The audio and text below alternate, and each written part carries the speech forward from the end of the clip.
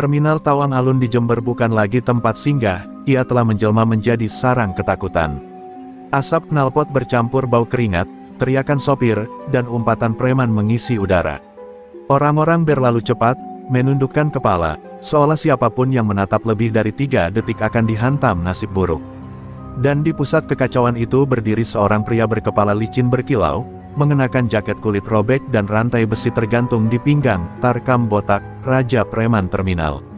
Tarkam bukan preman biasa, ia mantan napi, pernah dijebloskan ke penjara karena menghajar polisi dengan obeng bengkel. Tapi sejak keluar, namanya justru membesar.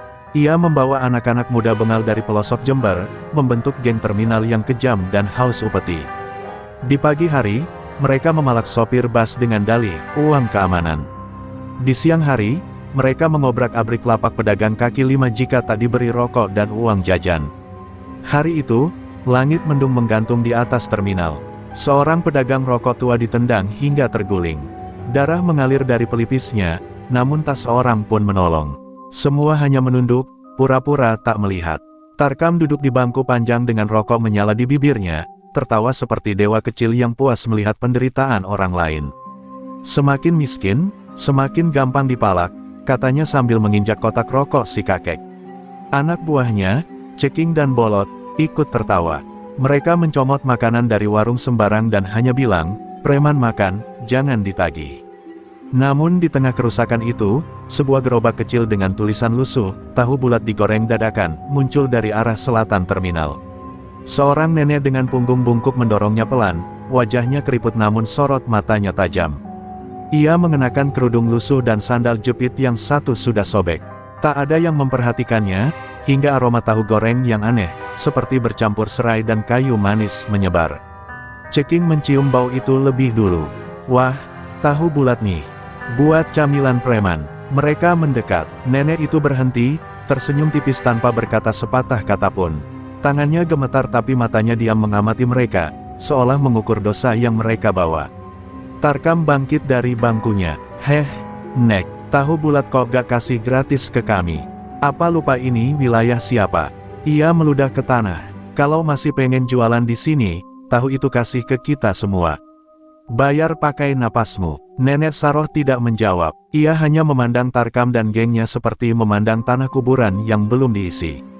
Angin tiba-tiba berhembus kencang dari arah utara, membuat asap rokok Tarkam berputar-putar ke arah wajahnya sendiri.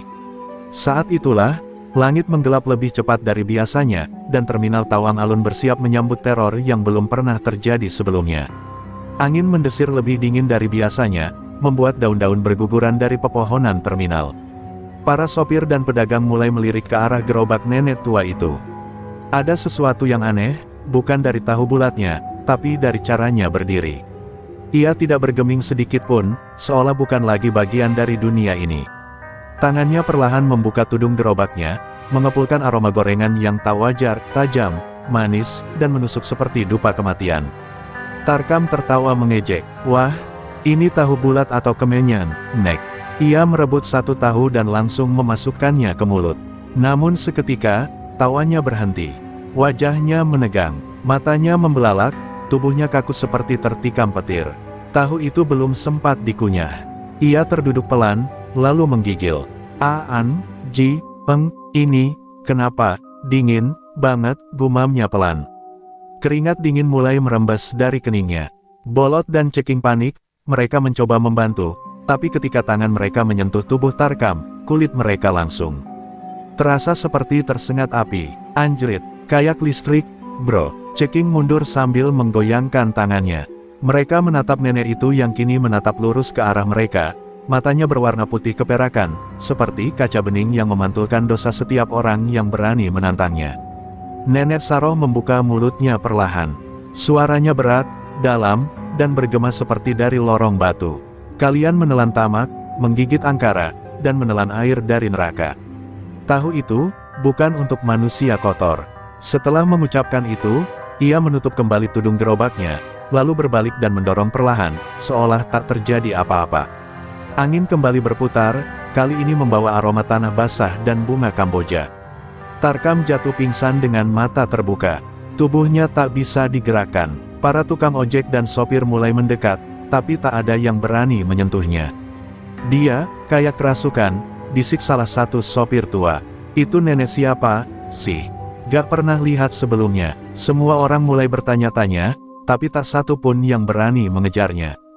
Nenek itu telah menghilang di balik kabut tipis yang tiba-tiba muncul. Beberapa menit kemudian, tubuh Tarkam mulai bergerak. Namun bukan karena ia sadar. Bibirnya bergumam pelan, dalam bahasa yang tak dimengerti siapapun. Kolomento, Kolomento, penghisap dosa, gerbang sudah dibuka. Suaranya bukan lagi suara manusia. Ada gema aneh dalam setiap kata. Matanya putih sepenuhnya, tanpa pupil. Malam pun turun lebih cepat dari biasanya. Lampu-lampu terminal berkelap-kelip seperti akan mati. Orang-orang mulai meninggalkan area itu dengan wajah pucat. Sebagian percaya itu hanya kejadian aneh, sebagian lagi tahu bahwa terminal ini telah disentuh oleh sesuatu yang jauh lebih tua dari sekadar dendam preman. Di antara aroma tahu bulat yang tersisa, ada jejak dari kekuatan kuno yang baru saja bangkit. Malam merayap cepat di terminal Tawang Alun. Petromak dan lampu-lampu jalan satu persatu meredup, seolah ketakutan menyinari tempat yang baru saja disentuh kegelapan gaib. Di bangku panjang, tubuh Tarkam botak masih tergolek kaku. Nafasnya terdengar berat, bibirnya bergetar, menyebut-nyebut kata, Kolomento, seperti zikir makhluk dari alam lain. Bolot dan Ceking berdiri kebingungan, tak tahu harus kabur atau bertahan. Mungkin dia cuma kesurupan biasa, ujar Bolot, mencoba menenangkan dirinya sendiri. Tapi ucapannya terdengar hampa. Entah dari mana, seekor burung gagak besar hinggap di atas gerobak tahu bulat yang sudah ditinggalkan Nenek Saroh. Matanya merah menyala, dan ia menatap Bolot dalam diam yang menusuk jantung. Ceking yang penasaran, mencoba memakan tahu bulat lain yang tertinggal di gerobak. Ah, masa cuma gorengan bisa nyihir orang, gumamnya. Tapi saat giginya menggigit tahu itu, isiannya menyemburkan cairan hitam pekat seperti darah basi. Matanya langsung membulat. Ia ingin memuntahkan, tapi lidahnya membeku. Tubuhnya kejang, lalu jatuh dengan busa meleleh dari mulutnya. Jeritan Ceking menyadarkan semua yang melihat. Para sopir dan pedagang lari terbirit-birit. Bolot menjerit histeris, tapi suaranya tenggelam dalam raungan aneh dari perut Tarkam, suara yang bukan berasal dari manusia. Dia akan bangkit, terdengar suara lirih dari arah gerobak, entah milik siapa. Tahu bulat di gerobak itu kini menghitam, seperti arang yang masih menyimpan bara. Di kejauhan, Nenek Saroh berdiri di atas jembatan terminal. Siluetnya menyatu dengan angin malam. Ia memandang ke bawah, ke arah tubuh Tarkam dan Ceking yang bergelimpangan, lalu mengangkat tangannya pelan, seolah memberi isyarat kepada kekuatan yang tak terlihat. Saat tangannya bergerak, sekelompok anjing liar tiba-tiba menggonggong liar, lalu diam serempak seketika, menandai kehadiran sesuatu yang lebih buas dari mereka. Tarkam tiba-tiba berdiri, wajahnya pucat, namun matanya bersinar merah. Ia tertawa lirih dengan suara serak, seperti tengkorak yang tertawa di liang kubur. Kolomento, aku telah menelannya, dan kini dia menelanku, ucapnya. Tapi tawanya tak berlangsung lama. Tubuhnya memuntahkan darah kehitaman yang menetes ke tanah, membentuk pola aneh seperti raja kuno. Bolot, satu-satunya yang masih sadar, berteriak keras, Tarkam. Lu kenapa bro? Ini bukan bercanda lagi. Ini bukan ilmu manusia. Namun semua sudah terlambat. Malam itu, terminal Jember tak hanya kehilangan dua preman, tapi juga menyambut kedatangan sosok yang tak lagi sepenuhnya manusia. Tahu bulat itu, telah menjadi santapan terakhir bagi kesombongan mereka. Malam di terminal Tawang Alun berubah menjadi sunyi yang menusuk. Tak ada lagi tawa preman, tak terdengar lagi suara klakson bas atau teriakan kenek. Yang tersisa hanyalah desir angin dan aroma gosong dari gerobak tahu bulat yang kini terbakar perlahan, seolah melepaskan roh yang dikurung terlalu lama. Di atas jembatan terminal, Nenek Saroh berdiri diam, matanya terpejam, mulutnya mulai bergetar melafalkan mantra Kolomento. Kolomento sang penghisap, penjaga batas antara angkara dan alam baka, buka gerbangmu, lihat dosa mereka. Bisikannya lirih, tapi gaungnya menggema ke seluruh penjuru terminal. Langit bergemuruh, awan berputar seperti pusaran tinta hitam, dan petir menyambar jauh di kaki Gunung Raung, tempat asal ajian ini pertama kali diciptakan ratusan tahun lalu. Di bawah, Tarkam mulai menggeliat. Tubuhnya berdenyut seperti detak jantung raksasa. Tangan kanannya mencakar aspal, menciptakan goresan dalam seperti cakar binatang. Matanya berubah putih, lidahnya menjulur, dan dari mulutnya keluar tawa kecil, bukan tawa manusia, melainkan suara yang menggambarkan kegilaan dari dunia lain. Bolot yang menyaksikan semua itu, menangis ketakutan, berjongkok sambil menutup kupingnya. "Maaf, saya cuma ikut-ikutan, saya nggak tahu ini urusannya sama setan begini, Nek," isaknya. Tapi tak ada yang menjawab. Nenek Saroh sudah turun dari jembatan, melangkah pelan, seolah bumi membelah jalan untuknya. Setiap jejak kakinya membuat tanah menghitam. Burung-burung yang hinggap di atap warung beterbangan panik, meninggalkan tempat itu tanpa suara. "Dulu, kalian hanya mengambil uang. Lalu kalian ambil harga diri orang. Lalu kalian ambil nyawa," kata Nenek Saroh tanpa menatap Bolot. "Tahu bulat itu bukan jualan biasa. Itu wadah. Setiap adonan menyimpan rajah. Dan kalian menelannya." Ia berhenti beberapa meter dari tubuh Tarkam yang kini seperti boneka rusak, mengerang, menggeliat, namun tak bisa bangkit. Saroh merentangkan tangannya ke langit, dan dengan suara rendah, ia melantunkan bagian kedua dari ajian Kolomento. "Ilmu ini tak membunuh, ilmu ini menyedot setiap kekejaman, lalu mengurungnya dalam tubuhnya sendiri." Seketika tubuh Tarkam mulai terbakar dari dalam. Tidak seperti api biasa, ini adalah api sunyi. Tidak berkobar, namun membakar perlahan seperti bara dalam dada. Ceking, yang sempat dinyatakan tak sadarkan diri, tiba-tiba terbangun. Namun matanya kosong. Ia berjalan limbung, memeluk tubuh Tarkam sambil menangis seperti anak kecil. Bang Tarkam, ampunin aku takut, ini bukan hidup lagi, Bang." Tapi Tarkam tak bisa mendengar. Kolomento telah memakan akalnya, yang tersisa hanyalah cangkang tubuh, kosong, berisi jeritan dan ketakutan abadi. Dan di ujung malam, Nenek Saroh berbisik, "Masih ada yang harus diadili." Matanya menatap ke arah barat terminal, tempat warung-warung gelap dan lorong sempit yang menyimpan dosa-dosa geng ini selama bertahun-tahun. Pertunjukan baru saja dimulai, ajian Kolomento belum selesai, dan satu demi satu, mereka akan dipanggil, untuk dihitung dosanya. Hari beranjak, malam, namun terminal tak lagi seperti biasanya.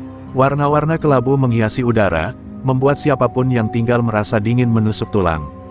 Tidak ada suara tawa, tidak ada teriakan sopir. Hanya suara angin dan gelegak ketakutan. Semenjak ajian Kolomento dilepaskan, semua yang mengenal geng Tarkam botak merasa ada sesuatu yang mengintai mereka, bahkan saat mata mereka terpejam. Bolot lari malam itu, entah kemana. Tapi kemanapun ia pergi, suara bisikan itu selalu mengikutinya. Kolomento, dosa, dibayar dengan nyawa." Bisikan itu bukan datang dari luar, melainkan dari dalam kepalanya sendiri. Ia tidur di emper toko, tapi selalu terbangun dengan badan penuh keringat dan bulu kuduk berdiri. Setiap kali ia memejamkan mata, wajah Tarkam muncul, meleleh, terbakar, tertawa. Bukan tertawa bahagia, melainkan tawa penderitaan. Di rumah kontrakannya, ia mulai membakar dupa, membaca doa-doa seadanya. Tapi malam Jumat itu berbeda. Tepat pukul 2 dini hari, lampu mati. Suhu ruangan turun drastis, dan dari jendela kayu yang tak terkunci, terdengar suara langkah kaki, pelan, menyeret. Bolot membekap mulutnya sendiri agar tak menjerit. Lalu, tok, tok, tok, 3 ketukan di pintu yang menggema seperti palu di nisan. Ia tak berani membuka, tapi pintu itu perlahan membuka sendiri. Angin dingin menerobos masuk, dan di balik kabut tipis malam, sesosok tubuh tanpa kepala berdiri. Tangannya membawa tahu bulat yang masih mengepulkan asap. Tubuh itu perlahan melemparkan tahu itu ke lantai. Bolot menjerit dan tubuhnya kaku. Tapi saat ia berkedip, sosok itu telah lenyap. Hanya tersisa tahu gosong dan darah yang merembes dari bawah pintu. Di sisi lain kota, seorang mantan anak buah Tarkam bernama Ucok juga mengalami hal aneh. Ia tak pernah ikut memalak, hanya bertugas mengawasi. Namun malam itu, ia bermimpi tubuhnya diikat dengan benang merah dan diseret ke tanah kuburan. Saat ia terbangun, betisnya benar-benar luka, seperti habis diikat kuat-kuat. Dan yang paling membuatnya gila, ada kata-kata yang terukir di dinding kamarnya dengan arang, "Ajian ini tak memilih, ajian ini menilai." Terminal pun mulai berubah. Orang-orang yang biasa berjualan mulai hilang satu persatu. Ada yang pergi karena takut, ada pula yang ditemukan dalam kondisi aneh, mata terbuka lebar, mulut dipenuhi tahu bulat gosong. Isu mulai merebak, Ajian Kolomento hidup dan menagih sendiri. Nenek Saroh tak terlihat lagi. Tapi gerobaknya kadang muncul di tempat tak terduga, walau tak ada yang mendorong. Dan setiap malam Jumat, selalu ada kejadian aneh. Entah itu lampu jalanan yang padam mendadak, suara tangisan bayi yang terdengar dari ruang kosong, atau tahu-tahu, tahu bulat muncul di atas bantal korban yang tertidur. Masyarakat mulai percaya, ini bukan kutukan biasa. Ini penghakiman, dan setiap orang yang pernah menikmati hasil dari kekejaman geng Tarkam, tak akan luput dari mantranya. Malam itu, angkringan di pojok terminal Jember masih buka. Lampu temaram dari bohlam kecil menggantung di atas warung, berayun pelan ditiup angin. Beberapa sopir bis duduk diam, menyantap nasi kucing dengan tangan gemetar. Tak ada yang bicara terlalu keras. Sejak kejadian dengan geng Tarkam, suasana terminal berubah. Seolah ada mata yang selalu mengintip dari balik kegelapan, dan telinga yang mencatat setiap bisik pelan. Di ujung meja, seorang pria kurus dengan jaket robek duduk sendirian, namanya Karyo, salah satu anggota lama geng Tarkam. Ia dikenal sebagai pemalak yang kejam, suka membakar dagangan pedagang kecil jika tak diberi uang jatah. Malam itu, ia mencoba menenangkan diri. Itu semua cuma rumor, cuma nenek gila, gumamnya, menenggak kopi hitam dengan tangan gemetar. Namun pikirannya terganggu oleh aroma yang datang bukan dari angkringan, melainkan dari balik bayangan, bau tahu bulat gosong. Tiba-tiba, seorang bocah kecil muncul dari kegelapan, membawa bungkusan kertas coklat. "Ini, dari nenek itu," ucapnya pelan, lalu menghilang seperti kabut. Karyo memandang bungkusan itu dengan napas memburu. Ia membuka perlahan, dan jantungnya hampir berhenti. Di dalamnya ada 5 tahu bulat, tapi semuanya hitam pekat, dan satu di antaranya berdarah. Ia teringat wajah Tarkam, ingatan tentang ceking yang kejang, dan suara Kolomento yang bergema di kepalanya. "Gue gak makan ini, gak akan, gue gak salah apa-apa," teriaknya keras. Orang-orang di angkringan menoleh, tapi tak ada yang berani mendekat. Saat Karyo hendak berdiri dan membuang tahu itu, tubuhnya terpaku. Kakinya tak bisa digerakkan, tangannya bergerak sendiri, mengambil tahu pertama, lalu memakannya dengan mata menangis dan mulut menjerit. "Tidaaakk." Tapi tak ada yang bisa menghentikannya. Suara di kepalanya sudah menang.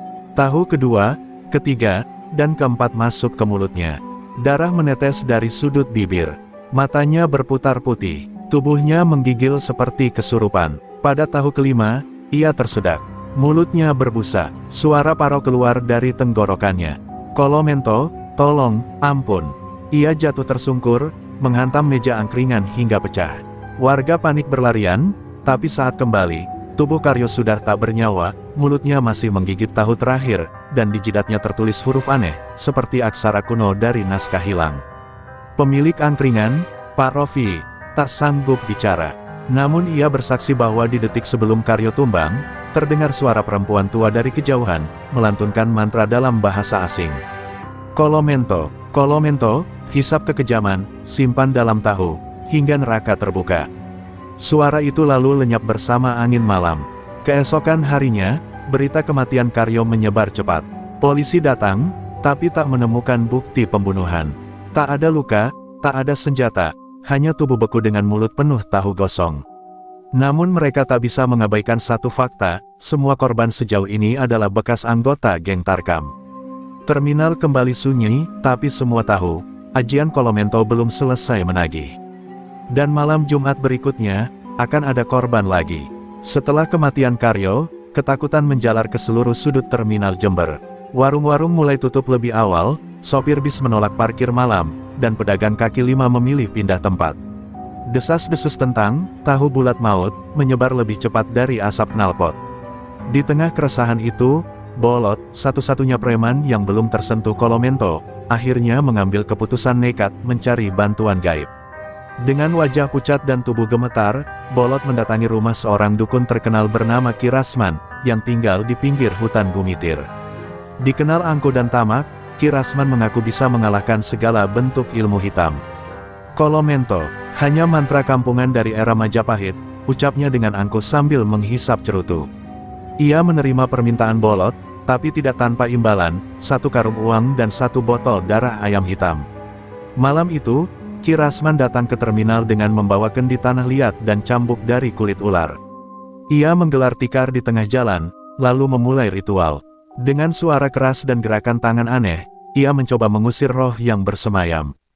Hiwi makhluk Kolomento, aku Ki Rasman, penjaga garis langit dan tanah timur.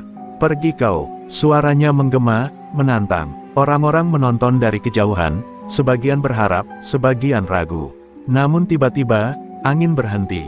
Udara membeku, lilin-lilin di sekitar ritual padam serentak. Langit seakan menghisap semua suara. Dari balik bayangan, terdengar suara tawa, bukan satu, tapi ribuan, bercampur menjadi gema mengerikan. Lalu kendi Ki Rasman meledak tanpa sebab. Darah ayam memercik ke wajahnya, cambuknya terbakar, mengeluarkan bau daging hangus. Matanya melebar. Ini bukan ilmu biasa, ini bukan ajian manusia. Seketika, tanah di bawahnya merekah sedikit. Dari celah tipis itu, keluar asap hitam pekat. Asap itu melilit tubuh Ki Rasman, menyeretnya ke tengah jalan terminal. Suaranya menjerit, tolong, aku tarik balik, ini ajian neraka, ini ajian NERAKA. Namun tak ada yang berani menolong. Dalam hitungan detik, tubuhnya lenyap. Yang tertinggal hanya cerutunya yang masih menyala dan jubah merahnya yang basah oleh darah. Bolot yang menyaksikan semuanya langsung jatuh terduduk. Ia ingin kabur, tapi kakinya seolah membeku.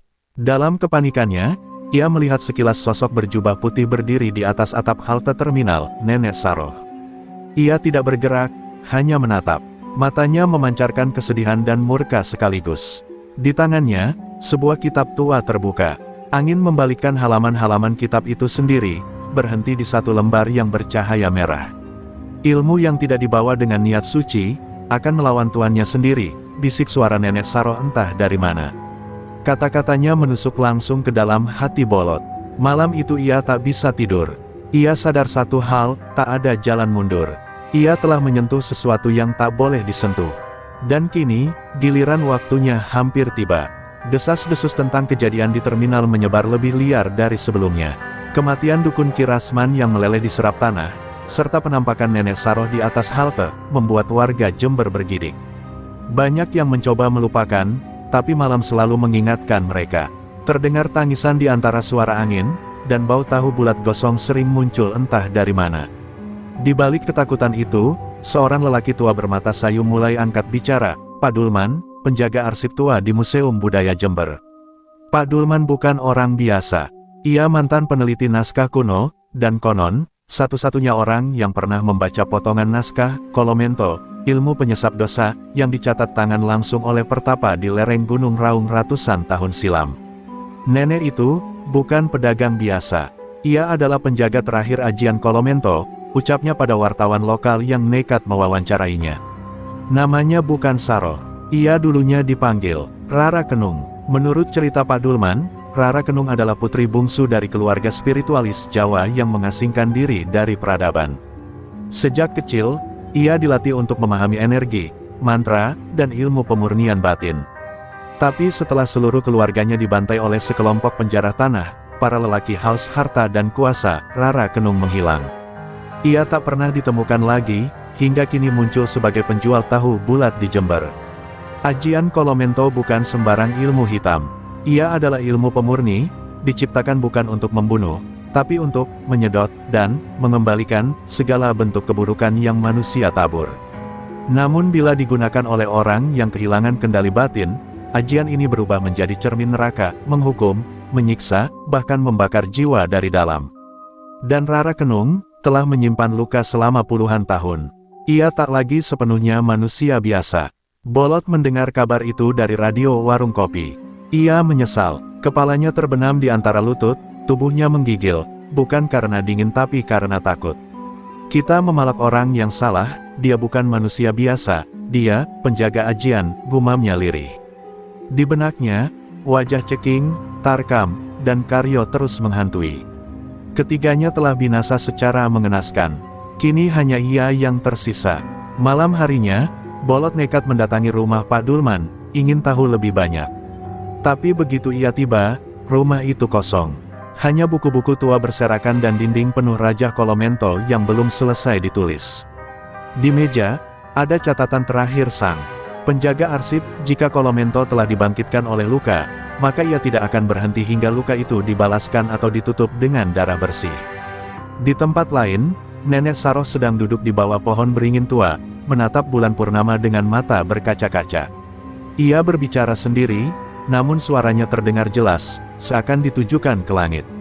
Aku tidak ingin membunuh, tapi mereka membuatku membuka gerbang ini. Dan kini, Kolomento tak bisa dihentikan tanpa korban terakhir. Angin berdesir pelan, membawa bisikan mantra yang hanya bisa didengar oleh mereka yang berdosa. Langit Jember gelap tak wajar. Awan tebal menutupi bulan, dan angin membawa aroma besi, seperti darah yang baru mengalir dari luka. Sejak malam itu, warga sekitar terminal mulai mengalami kejadian aneh, bayi menangis serempak tanpa sebab, burung-burung beterbangan malam hari, dan jam dinding berhenti tepat pukul 2.12 dini hari. Itulah waktu Tarkam memakan tahu bulat terkutuk. Ilmu Kolomento kini berubah, dari penyeimbang, menjadi penghisap nyawa. Bolot tak tidur malam itu. Ia bersembunyi di musala kecil dekat rel kereta, membaca doa sebanyak mungkin. Tapi doa-doanya terasa hampa. Dosa masa lalunya menempel erat. Di kepalanya, suara-suara kembali datang, lebih keras dari sebelumnya. Tahu, tahu, tahu, bukan sekadar makanan, itu sumpah. Suaranya menggema seperti ribuan lidah menamparkan dinding pikirannya. Di sisi lain, tubuh Tarkam yang dikubur diam-diam oleh aparat, mendadak menghilang dari pemakaman. Tanahnya pecah, nisan tercabut, dan hanya tersisa lubang dalam dengan bau busuk menusuk. Seorang penggali kubur yang melihat kejadian itu langsung dirawat karena histeris. Dia jalan lagi, padahal sudah mati, matanya kosong, tapi tubuhnya hidup. Jeritnya sebelum akhirnya mulutnya membeku dan tak bisa bicara lagi. Ternyata, Kolomento telah membangkitkan wadah dosanya sebagai media baru. Tarkam kini bukan manusia, bukan pula hantu, ia adalah penjelmaan dosa yang tertarik kembali ke dunia, haus menyerap jiwa-jiwa yang dulunya bersamanya dalam kekejaman. Dan ia berjalan kembali ke terminal, pelan, menyeret tubuh beratnya, dan tahu bulat terbakar di udara setiap langkahnya. Nenek Saroh merasakannya. Ia berdiri di tengah lapangan kosong dekat pasar induk, mengenakan selendang putih dan menggenggam batu akik merah darah. Di depannya, asap tipis membentuk wajah Tarkam yang berubah, matanya berlubang, mulutnya lebar, dan suara dalamnya berbunyi seperti jeritan ribuan orang. Kau tak bisa menghentikan ini, Rara Kenung. Aku bukan manusia, aku adalah utang, dan utang harus dibayar dengan nyawa. Saroh menutup mata, air matanya jatuh, tapi wajahnya tetap kokoh. Aku tahu ini akan datang, bisiknya. Tapi bukan aku yang harus menebus mereka. Ia menatap langit, lalu mulai menggambar Raja Kolomento di tanah dengan darah jarinya sendiri. Di saat bersamaan, tanah di dekat terminal mulai retak. Asap putih dan hitam beradu di udara seperti dua kekuatan kuno yang saling menelan. Sementara itu, Bolot merasakan sesuatu menarik napasnya saat ia tidur. Dadanya berat, ia membuka mata dan melihat sosok Tarkam tinggi, gelap, dan membusuk, berdiri di ambang pintu musala. Tapi tidak masuk, hanya berdiri, seolah menunggu. Lu belum bayar, Bot, katanya dengan suara dua lapis, satu suara manusia, satu lagi suara dari bawah tanah. Bolot menjerit hingga tak sadarkan diri. Malam itu menjadi malam tergelap Jember. Kolomento tak lagi membedakan. Ia bukan cuma mengejar geng Tarkam. Ia kini menyasar siapa saja yang pernah tertawa melihat orang dizalimi, siapa saja yang diam saat keburukan terjadi. Kolomento bukan ilmu pembunuh. Ia adalah penyeimbang yang telat, dan kini, semua harus membayar utangnya. Subuh turun tanpa suara. Kabut menutupi jalanan terminal, seolah menahan matahari agar tidak melihat apa yang telah terjadi malam itu. Di dalam musala kecil yang remuk karena badai gaib, Bolot bangun dengan tubuh gemetar, matanya bengkak, dan keringat dingin membasahi baju lusuhnya. Mimpi tentang Tarkam, dengan mulut hitam dan mata kosong, masih membekas. Tapi lebih dari itu, Bolot tahu waktunya hampir habis. Kolomento menunggu. Dengan sisa keberanian yang terkikis, Bolot berjalan terseok-seok menyusuri lorong terminal. Jalanan sepi, tapi setiap langkahnya terasa berat, seperti tanah menolaknya. Ia menuju satu tempat, kebun bambu belakang pasar, tempat di mana gerobak tahu bulat terakhir terlihat. Di sanalah, katanya, Nenek Saroh bersemedi. Ia ingin bertemu, bukan untuk melawan, melainkan memohon damai. Langkahnya terhenti saat melihat bayangan putih duduk bersila di atas tikar daun pisang. Di sekelilingnya ada lingkaran rajah tanah yang membara perlahan. Udara di sekitar itu berbeda, dingin tapi membakar. Nenek Saroh membuka mata, tatapannya kosong namun dalam, seperti bisa membaca isi hati Bolot hanya dari nafasnya. "Kau datang untuk mati, atau untuk menyesal?" tanyanya datar. Saya gak mau mati, Nek," kata Bolot dengan suara retak. "Saya minta ampun, saya tahu saya salah. Tapi, tolong, hentikan ini. Orang-orang gak bersalah mulai kena. Tahu-tahu, tahu bulat ada di rumah-rumah. Di bantal anak-anak, di dapur ibu-ibu, tolong." Matanya basah, tangannya gemetar, tapi mulutnya jujur, dan hatinya pecah. Untuk pertama kalinya dalam hidup, ia benar-benar takut, bukan pada preman, tapi pada dosa sendiri. Saroh menunduk. Ia menutup kitab tua di pangkuannya. Kolomento tak mengenal ampunan dari mulut. Ia hanya mengerti keseimbangan, katanya pelan. "Kau bisa menyesal, tapi penyesalan bukan penebusan. Yang mati tak bisa kembali, yang dihina tak bisa melupakan. Hanya satu jalan damai, kau harus memberi sesuatu yang lebih besar dari dosa-dosamu." "Apa?" tanya Bolot dengan suara lirih. Saroh berdiri perlahan. Di tangannya muncul sebutir tahu bulat merah menyala, bukan dari minyak, tapi dari darah. "Kau harus menelan ini, dan membiarkan Kolomento menghisapmu. Bukan untuk membunuhmu, tapi untuk menyimpamu. Menjadi penutup gerbang." Ia mendekatkan tahu itu ke tangan Bolot. "Kau akan hilang dari dunia ini. Tapi mungkin, dunia bisa bernapas lagi." Bolot menatap tahu itu lama. Ia bisa kabur, ia bisa lari keluar kota. Tapi Kolomento akan tetap datang.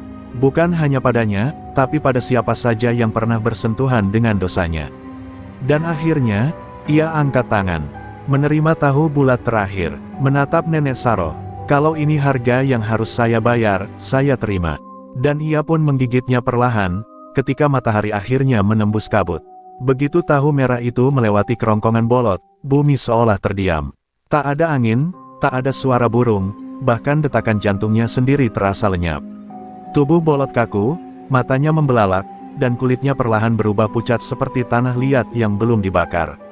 Di sekelilingnya, tanah bergetar lembut, seperti denyut jantung dari sesuatu yang terkubur jauh di bawah dunia. Nenek Saroh berdiri terpaku, kitab Kolomento di tangannya mulai bergetar sendiri. Tiba-tiba dari langit, kilatan merah turun menghantam titik di mana Bolot berdiri.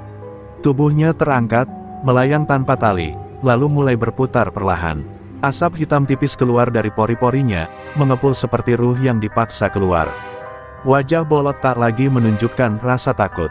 Ia pasrah, bahkan sedikit tersenyum. Ia tahu, meski tubuhnya akan lenyap, dosa-dosanya akan berhenti menular. Di tempat lain, Tarkam, yang telah berubah menjadi wadah Kolomento berjalan di lorong-lorong terminal, tiba-tiba berhenti. Langkahnya membatu. Tubuhnya berguncang hebat, seperti sedang diserang dari dalam. Tahu-tahu di tangannya berubah menjadi debu. Matanya yang semula menyala kini redup. Dari mulutnya, keluar suara parau, gerbang ditutup, lalu tubuhnya meledak menjadi abu, menyebar bersama angin terminal. Gerobak tahu bulat milik Nenek Saroh, yang selama ini jadi pusat kekuatan, tiba-tiba runtuh sendiri. Roda-rodanya lepas, atapnya patah, dan tungku yang selalu menyala itu padam untuk pertama kalinya. Suara nyaring tangisan bayi yang biasa terdengar di malam Jumat hilang. Warna langit yang selalu kelam, kembali cerah. Dan untuk pertama kali dalam berminggu-minggu, burung-burung kembali bernyanyi di pagi hari. Tubuh Bolot jatuh perlahan ke tanah, namun sudah tak bernyawa. Tapi wajahnya tenang, tak ada luka, tak ada darah. Hanya tanda merah di dadanya, membentuk Raja Kolomento yang sempurna. Nenek Saroh menutup matanya dengan selendang putih, lalu berlutut di samping jasad itu. "Terima kasih, anak muda, kau bukan pahlawan, tapi kau menebus, dan itu lebih besar dari semua ilmu," bisiknya pelan. Malam berikutnya, terminal Jember kembali berdenyut pelan. Sopir-sopir mulai kembali, warung kopi buka lagi, dan gerobak tahu bulat, yang dulunya menjadi sumber teror, digantikan oleh penjual lain, dengan senyum tulus dan dagangan biasa. Tapi masyarakat tak pernah lupa. Di setiap tahu yang mereka gigit, ada rasa hormat untuk satu nama, Bolot, preman terakhir yang memilih menjadi korban demi menghentikan lingkaran dosa. Nenek Saroh menghilang malam itu. Tak ada yang tahu kemana. Tapi beberapa warga bersumpah melihat siluet perempuan tua berjalan ke arah Gunung Raung, diiringi kabut putih dan sekumpulan burung hantu. Sebagian percaya ia telah kembali ke asalnya. Sebagian lagi yakin, ia masih mengawasi, menjaga dunia dari kebencian yang bisa membuka Kolomento kembali. Dan sejak malam itu, di tembok terminal, muncul ukiran misterius yang tak pernah dibuat siapapun. Dosa tak selalu dibalas dengan kematian, tapi selalu minta dibayar dengan keberanian. 3 hari setelah kematian Bolot dan lenyapnya Tarkam dari dunia, hujan pertama turun di terminal Jember. Tapi ini bukan hujan biasa. Airnya dingin, bening, dan membawa bau tanah yang menenangkan. Warga menyebutnya hujan pembersih dosa. Banyak yang percaya itu adalah tanda dari langit bahwa gerbang Kolomento telah benar-benar ditutup. Tapi di balik rasa syukur itu, ada luka yang belum sepenuhnya sembuh. Di ujung terminal, tepat di bekas gerobak tahu bulat milik Nenek Saroh, berdiri sebuah batu hitam besar. Batu itu tidak pernah ada sebelumnya. Tidak ada yang tahu siapa yang meletakkannya. Tapi di atas permukaan batunya tertulis dengan ukiran halus, disinilah nyawa ditukar agar dunia bisa bernapas kembali. Setiap malam, ada satu orang yang selalu datang ke sana membawa bunga melati, seorang bocah kecil yang dulu pernah mengantar tahu Kolomento ke Karyo. Bocah itu tak bicara banyak, hanya menunduk dan membaca doa dalam diam. Di sekelilingnya, para warga mulai berdatangan satu persatu. Mereka bukan hanya datang untuk mengenang Bolot, tapi juga untuk merenung berapa banyak dari mereka yang dulu menertawakan ketidakadilan. Berapa banyak yang diam saat para preman memalak dan menyiksa. Kolomento mungkin telah menghilang, tapi luka sosialnya tetap tertinggal. Seorang ibu penjual sayur meneteskan air mata saat meletakkan tahu bulat putih bersih di kaki batu.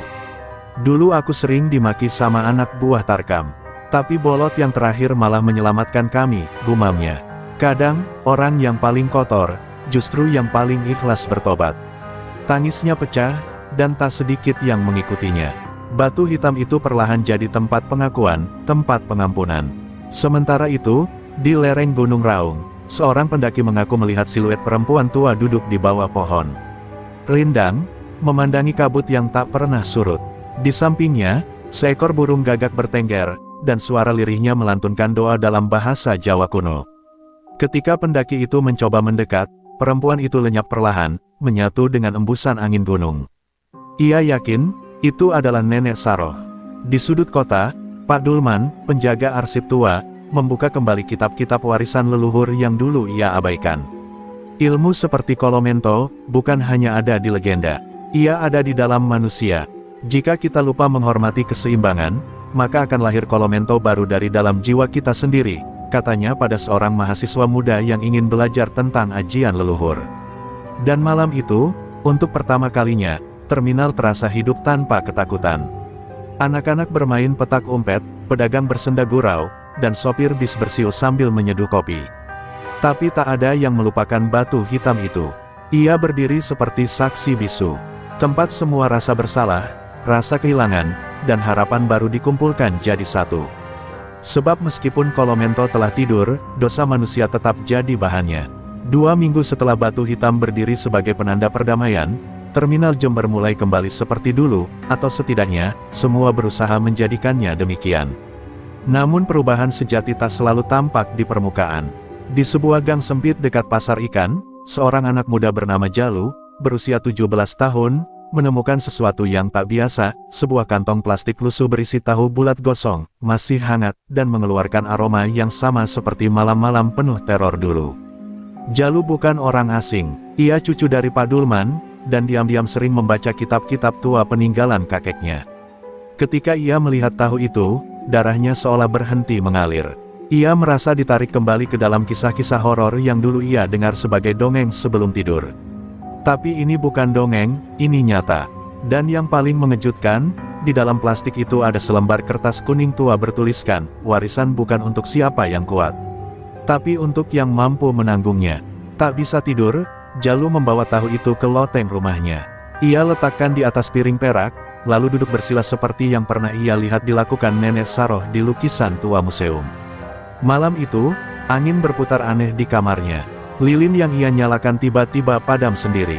Dan dalam gelap, Terdengar suara yang pelan namun tajam, seperti bisikan dari dasar sumur. Ajian ini belum selesai, darah belum lunas. Di terminal, warga mulai mengalami hal kecil yang janggal. Seekor kucing tiba-tiba menggonggong. Seorang bayi tertawa tengah malam tanpa sebab. Dan bunga melati di batu hitam yang biasanya segar, kini menghitam setiap pagi. Ibu-ibu mulai berbisik, jangan-jangan, ajian itu bangkit lagi. Namun tak ada jawaban pasti. Semua hanya menyimpan ketakutan dalam diam, berharap itu hanyalah angin lalu dari masa kelam. Pak Dulman merasakan perubahan itu. Ia mendatangi kamar Jalu dan langsung tahu, warisan itu telah berpindah. Dengan wajah serius, ia menggenggam tangan cucunya. Tahu itu bukan makanan lagi. Ia adalah segel. Jika kau menyentuhnya, kau tak bisa mundur. Tapi Jalu, yang selama ini haus akan pengetahuan leluhur, tak menunjukkan ketakutan. Kalau Kolomento akan bangkit lagi, biar kali ini, aku yang jaga gerbangnya, ucapnya dengan tenang. Malam Jumat berikutnya, Jalu duduk di depan batu hitam, dengan tahu bulat warisan di depannya dan kitab kecil hasil salinan Pak Dulman di pangkuan. Warga yang lewat hanya memandangi dari jauh, tak berani mendekat. Tapi mereka tahu, pertarungan belum selesai. Kolomento adalah bayangan dari dosa manusia. Dan selama manusia masih bisa menyakiti sesamanya, ajian itu akan terus mencari penjaga baru. Malam itu, Jalu duduk sendiri di depan batu hitam yang kini tampak retak halus di sisi bawahnya. Suasana terminal kembali mencekam meski tak ada preman, tak ada tahu bulat, dan tak ada suara makian. Namun udara mengandung tekanan yang tak terlihat, seperti napas ketakutan orang banyak yang tak pernah dihembuskan. Di hadapan Jalu, tahu bulat warisan masih utuh di atas piring perak, tapi kini warnanya berubah, bukan merah, bukan hitam, melainkan abu-abu pucat. Netral, belum memilih tuannya. Pak Dulman berdiri beberapa meter di belakang cucunya, matanya berlinang. Kalau kau lanjutkan ini, hidupmu tak akan normal lagi. Kau akan melihat apa yang tak boleh dilihat, mendengar jeritan yang tak semua telinga bisa tanggung. Tapi Jalu tak menjawab, matanya menatap batu itu seperti memandangi dosa-dosa seluruh kota. Ia tahu, keputusan ini bukan tentang dirinya. Ini tentang keseimbangan yang rapuh. Dunia pernah dibereskan oleh seorang preman bernama Bolot. Mungkin sekarang, giliran seorang anak muda yang tak pernah bersalah, justru menanggung semuanya. Tiba-tiba, angin kencang berhembus dari arah utara, angin yang bukan membawa udara, melainkan bisikan. Suara-suara terdengar dari balik dunia nyata, tangisan, tawa kejam, desahan penyesalan. Tahu di depannya bergetar, dan di langit, kilat menyambar diam-diam tanpa suara. Jalu memejamkan mata, lalu menggenggam tahu itu. Seketika, tubuhnya menegang. Dunia seolah berhenti, waktu memudar, dan ia melihat ribuan dosa orang-orang yang tak dikenalnya. Ia melihat seorang guru yang mencuri uang donasi muridnya. Ia melihat seorang pejabat yang menyuap pemuda untuk menghancurkan warung kecil. Ia melihat tetangga yang pura-pura buta saat wanita tua dipukul di pasar. Kolomento memperlihatkan semuanya, tanpa sensor, tanpa belas kasihan. Dan yang paling menyakitkan, ia melihat dirinya sendiri, tertawa waktu kecil saat preman menyakiti pengamen tunanetra. Ia bukan korban, ia pun bagian dari lingkaran dosa. Tubuh Jalu terlempar ke belakang, menghantam batu hitam. Tapi tak ada darah, hanya mata yang membara. Tahu di tangannya hancur menjadi debu perak, lalu masuk ke pori-porinya. Mantra kuno mengalir ke dalam pikirannya, tanpa ia pelajari. Saat ia berdiri kembali, udara di sekitar terminal berubah, lebih berat, lebih padat, tapi tak lagi menakutkan. Warga yang menyaksikan dari kejauhan menatap dengan diam. Mereka tidak tahu apakah Jalu masih manusia, atau sudah menjadi penjaga baru gerbang dosa. Pak Dulman menunduk hormat. Selamat datang, cucuku, kau bukan pewaris kekuatan. Kau adalah penebusnya. Tapi Jalu tak bicara. Ia hanya menatap ke arah gerobak kosong di ujung terminal. Dan malam itu, untuk pertama kali setelah bertahun-tahun, tahu bulat kembali dijual. Tapi bukan untuk dimakan, melainkan untuk menjaga dunia agar tak lagi bermain-main dengan ketidakadilan. Sejak malam Jalu menyatu dengan Kolomento, Jember bukan lagi kota yang sama. Bukan karena preman kembali atau kejahatan meningkat, tapi justru karena semuanya terlalu tenang. Terlalu rapi, tak ada maling, tak ada makian, tak ada perselisihan. Bahkan tukang parkir liar pun seolah menghilang. Di permukaan, ini seperti berkah. Tapi di kedalaman hati warga, mereka tahu, ini bukan kedamaian, ini ketakutan yang berbentuk keteraturan. Jalu, remaja yang dulu ceria dan penuh tanya, kini berjalan pelan menyusuri lorong-lorong pasar dengan mata merah samar. Ia tak banyak bicara, tak banyak tersenyum. Ia hanya mengamati, dan keanehan muncul, siapapun yang berniat jahat, bahkan sekadar mencuri cabai atau berkata kasar pada istri, langsung muntah darah ringan. Tak ada yang tahu mengapa, tapi mereka sadar, Jalu tahu, Kolomento tahu. Di dalam dirinya, Jalu mendengar suara yang makin kuat setiap hari. Suara-suara dosa yang berbisik meminta dibebaskan, tapi juga suara kekuatan yang terus memprovokasi. Hukum, mereka, Jalu, mereka semua kotor, tak pantas dimaafkan. Jadilah tangan langit, tapi Jalu masih berusaha menahan. Ia tidak ingin menjadi pembunuh seperti Kolomento di masa Tarkam. Ia hanya ingin menjaga, namun batas antara penjaga dan Algojo kini kabur. Pak Dulman mulai cemas. Ia melihat perubahan cucunya dengan mata sendiri. Di balik kamar Jalu, ia menemukan puluhan kertas penuh dengan nama orang, tertulis dengan tinta hitam dan simbol merah di setiap nama yang hampir melanggar. Bahkan anak-anak yang suka berbohong mulai sakit tanpa sebab. Kolomento bukan senjata, Jalu, ia hanya alat. Tapi hatimu yang menentukan arah, ucap sang kakek. Tapi Jalu hanya membalas dengan senyum kecil yang sulit ditebak, bijak, atau sudah rusak. Puncaknya terjadi saat seorang pejabat tinggi kota datang ke terminal, mencoba menyuap warga agar mau digusur untuk proyek jalan tol. Warga menolak sopan, tapi pejabat itu marah. Ia menghina, menendang gerobak, dan berkata, terminal ini tak lebih dari sarang pemalas. Belum sempat ia melangkah 2 meter, tubuhnya membeku di tempat. Jalu berdiri di dekat batu hitam, mata menatap lurus, dan tahu bulat putih tiba-tiba muncul sendiri di tangan kanannya. Pejabat itu menjerit, lalu pingsan.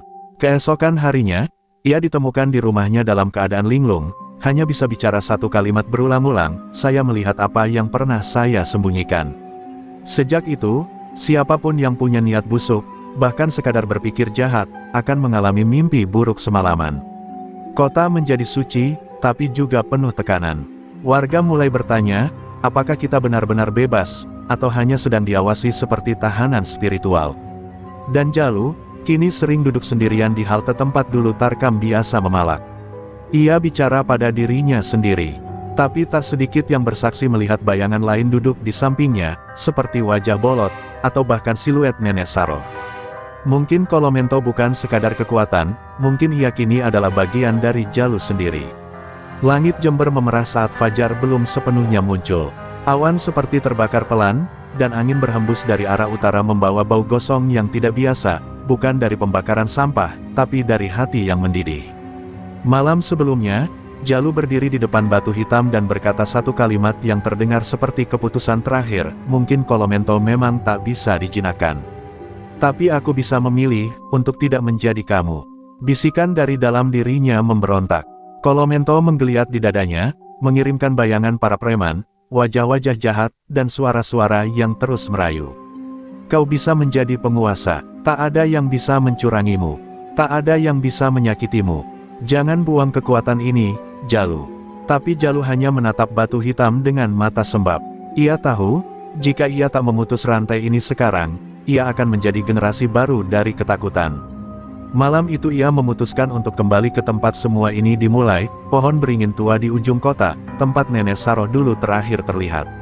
Ia membawa kitab Kolomento, piring perak kosong, dan sehelai kain putih milik mendiang bolot.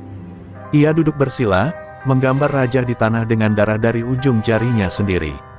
Tapi kali ini, bukan untuk membuka, melainkan untuk mengubur. Tangannya gemetar saat membacakan mantra pembalik Kolomento, mantra yang tidak pernah diselesaikan oleh Saroh, karena terlalu berisiko. Mantra yang bukan hanya menutup ajian, tapi juga menghancurkan wadahnya. Jika berhasil, Kolomento akan lenyap bersama dirinya. Aku tak ingin jadi dewa, aku tak ingin dihormati. Aku hanya ingin kota ini hidup, bukan takut, gumamnya dengan napas tersengal. Saat kata terakhir mantra dilantunkan, gemuruh datang dari tanah. Pohon beringin menangis, daunnya gugur seperti hujan. Dan dari dada Jalu, keluar asap putih tebal yang membentuk wajah-wajah penderitaan, lalu larut ke langit. Tubuh Jalu terangkat, membara dari dalam. Tapi ia tidak menjerit. Ia tersenyum, sebab untuk pertama kalinya, ia tidak dikendalikan. Ia memilih. Batu hitam di terminal pecah dengan suara keras. Semua warga yang tidur bermimpi hal yang sama. Jalu berdiri di tengah cahaya, mengangkat tangan, dan berkata, "Aku tidak membenci kalian. Tapi cukup sampai di sini."